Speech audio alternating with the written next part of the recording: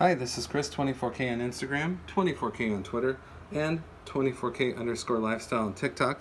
Today we're showcasing the Aohi MagCube 120W Pro with GaN Plus technology. It's 4 ports. You get 100 watts out of each of these maximum, and these maximum produce 18 watts. So this is power delivery out of either one. So you can have one plugged in here, and it would give out 120 watts out of those. And of course, if you plug 4 things in, it will distribute the wattage accordingly. So it shows the brand right here, and it also has the 120 watt logo with the GaN Plus technology right there. This part is what plugs into the wall, and then this piece comes and plugs into the end of this unit right here, right there.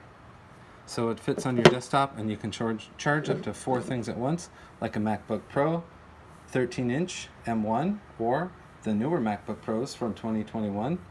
And we'll give you some details here on the back of the charging amounts, and you can go ahead and pause the video and take a look at that. But the moral of the story is 120 watts, 100 here, and 18 out of here for a total of 120.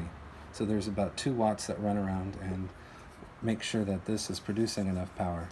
Please subscribe to the channel. We appreciate positive comments, and of course, thumbs up.